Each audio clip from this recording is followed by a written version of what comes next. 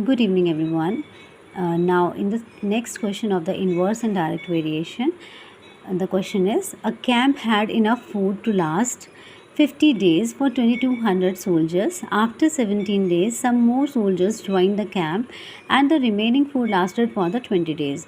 Find the number of soldiers who join the camp later. हमें बताना है कि बाद में जितने सोल्जर्स ने कैंप ज्वाइन किया है उनका नंबर क्या है. ठीक है, तो हमें बोला है कि एक हमारे पास कैंप है जिसमें जो भी सोल्जर्स हैं वो हैं 2200 स्टार्टिंग में. ठीक है, और बोला है कि 2200 सोल्जर्स जो हैं उनके लिए फूड प्रोविज़न थी फॉर द 50 डेज़, मतलब वो 50 दिन तक खाना खा पाएंगे, ऐसी प्रोविज़न थी.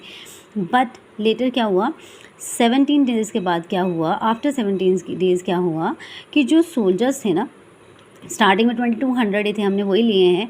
बट 17 डेज़ के बाद क्या हुआ कि आपके पास वो जो कैंप था उसमें और सोल्जर एडअप हो गए. तो हमने सबसे पहले क्या किया, जब भी आपको इस तरह क्वेश्चन होता है कि आफ्टर 17 डेज़ और सोल्जर्स आ गए और जो भी हो गया ऐड हो गया, तो उसके लिए हम क्या करते हैं, जो हमारे स्टार्टिंग में नंबर ऑफ़ डेज़ दे के रखे होते हैं ना, उसमें से उतने नए वाले दिन क्या कर देंगे हम माइनस. जैसे कि इन्होंने बोला 17 डेज़ लेटर, 17 डेज़ के बाद, तो हमने 50 में से 17 माइनस किया, तो हमारे पास कितने दिन बचे, 33 मतलब आफ्टर 17 डेज़ की बात कर रहे हैं. तो आफ्टर 17 डेज़ में हम स्टार्टिंग से लेके चलें कि 17 डेज़ के बाद क्या हुआ कि जो 2200 सोल्जर स्टार्टिंग से ही थे उनके पास कितने डेज़ तक वो खाना खा पाएंगे, 33 डेज़ तक. क्योंकि हम 17 डेज़ के बाद की बात करें, 17 डेज़ तक तो वो खाना खा ही चुके हैं 2200 सोल्जर्स. अब 17 डेज़ के बाद क्या होगा कि 17 डेज़ जब हमने माइनस कर दिया अपने टोटल नंबर डेज़ से, तो हमारे पास 33 डेज़ बचे. तो इसका मतलब कि वो जो 2200 सोल्जर स्टार्टिंग से ही थे वो 33 डेज़ तक अभी भी उनके पास इनफ फूड है खाने के लिए. तो ये तो स्टार्टिंग की बात होगी कि स्टार्टिंग में 2200 सोल्जर्स थे, 17 डेज़ के बाद भी वो कम से कम 33 डेज़ तक तो खाना खा ही पाएंगे.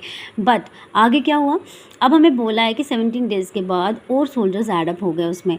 तो हमने मान लिया एक्स वो टोटल नंबर ऑफ़ सोल्जर्स बन गए जो पुराने और नए को मिलाकर हुए. ठीक है, x total number of soldier की जो नए ऐड हुए और जो 2200 पुराने थे, दोनों को मिलाकर एक्स नंबर ऑफ़ सोल्जर्स अब हमारे पास. हमें बोला है अब ये टोटल सोल्जर्स अब बन गए पुराने और नए मिलाकर, उनके पास प्रोविज़न है 20 दिन तक. नेचुरली पहले 2200 ही सोल्जर्स थे, वो ज़्यादा दिन तक खाना खा पा रहे थे, 33 डेज़ तक.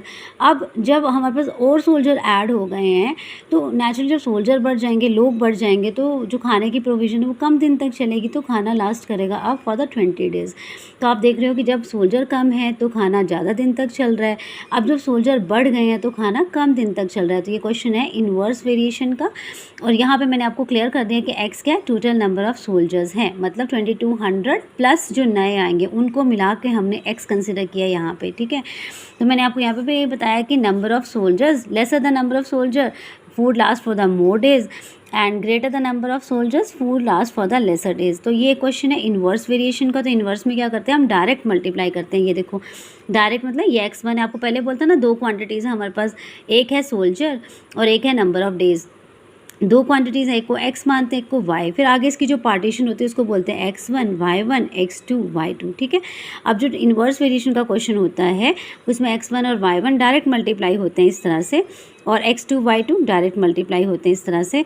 अब आपको बोला है कि आपने क्या करना है, कुछ नहीं करना, वैल्यूज़ पुट कर देनी क्वांटिटीज़ की. x1 था 2200, y1 था 33, वैसे x2 था x और y2 था हमारे पास 20.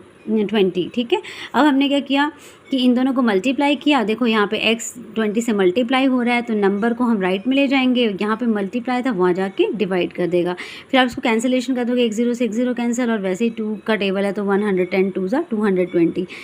अब हमने x की वैल्यू निकाल ली यहाँ पे, तो x की वैल्यू हमारे पास क्या आ रही है, यहाँ पे x की वैल्यू आ रही है हमारे पास 3630. मतलब हमने जब सॉल्व कर लिया तो ये आंसर आ गया, पर ये x आया. आपको क्वेश्चन बोला है कि जो बाद में सोल्जर ज्वाइन हुए हैं आपको उनका नंबर निकालना है. तो उसके लिए हमने क्या करना है, जो टोटल नंबर ऑफ़ सोल्जर्स हमारे पास आए हैं उनमें से हमने माइनस कर देने हैं जो इनिशियली हमारे पास सोल्जर थे, वो कितने थे 2200. तो दोनों को माइनस करके हमारे पास आया नंबर 1430. मतलब इतने सोल्जर बाद में ऐड हुए हैं. That's why the food lasted for the lesser days and 20 days.